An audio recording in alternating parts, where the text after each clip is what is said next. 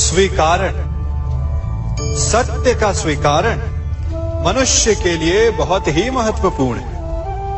जब तक मनुष्य सत्य को स्वीकार नहीं करता, उसे असत्य से लड़ने की शक्ति प्राप्त नहीं होती। जब आप भोजन करते हैं तो क्या होता है?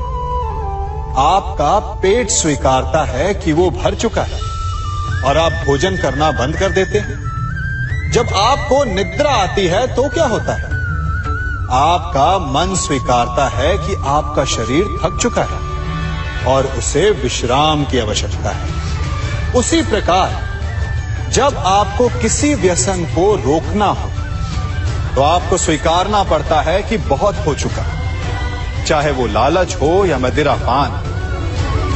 उस व्यसन का त्यागना तभी प्रारंभ होता है जब आप ये स्वीकार कर लेते हैं कि आप उस व्यसन के बंधक हैं। हम में से ऐसा कोई नहीं जिनकी परछाई उनसे दूर रहती। हमारी परछाई सदैव हमारे साथ रहती है। कदाचित हमारी परछाई हमारे कर्मों के फलों का संकेत है। कदाचित इसी कारण कई बार हमें अपनी परछाई से भय भी लगता है, परंतु इस भय से निवारण पाने का एक साधन अवश्य है। वो है सूर्य की ओर मुख करना या किसी प्रकाश के स्रोत की ओर मुख करना, क्योंकि तब हमें हमारी परछाई दिखाई नहीं देती। यदि इसे जीवन के संदर्भ में देखें तो ये प्रकाश का स्रोत शुभ कर्मों की चेतना है। यदि आपके मन में शुभ कर्म करने की इच्छा है तो आपको कभी भी अपने कर्मों के फल का भय नहीं होगा, क्योंकि यदि आपका मन शुद्ध होगा तो आपके कर्म शुद्ध होंगे और शुद्ध कर्मों का फल कभी अशुद्ध नहीं हो सकता।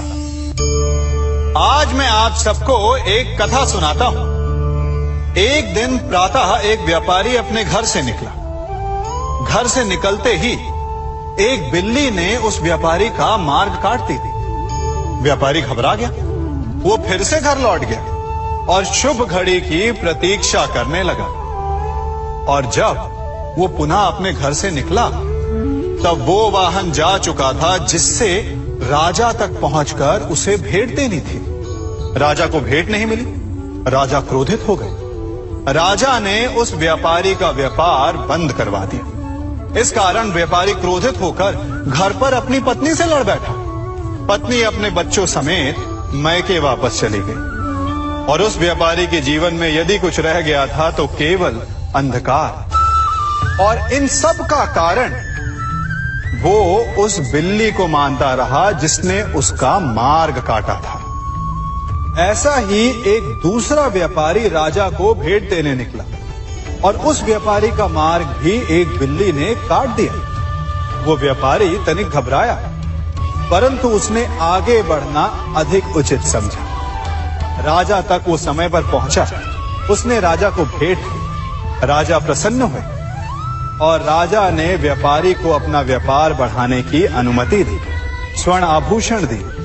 जब व्यापारी घर पर पहुंचा तो पत्नी को आभूषण और अपने बच्चों को देने के लिए वस्त्र थे उसके पास। हर ओर प्रसन्नता थी। समझ रहे हैं ना? दोनों के साथ एक ही प्रकार की घटना हुई, परंतु दोनों की प्रतिक्रिया भिन्न थी। ऐसा ही हमारा जीवन भी है। हमारे जीवन में प्रारब्ध का अपना स्थान है, परंतु उससे कई अधिक महत्वपूर्ण हमारी प्रतिक्रिया, हमारे सोच का प्रभाव है, क्योंकि यही हमारे जीवन को आकार देते हैं। इसलिए अपनी सोच को सकारात्मक रखिए। आपका जीवन सदैव आनंदमय रहेगा।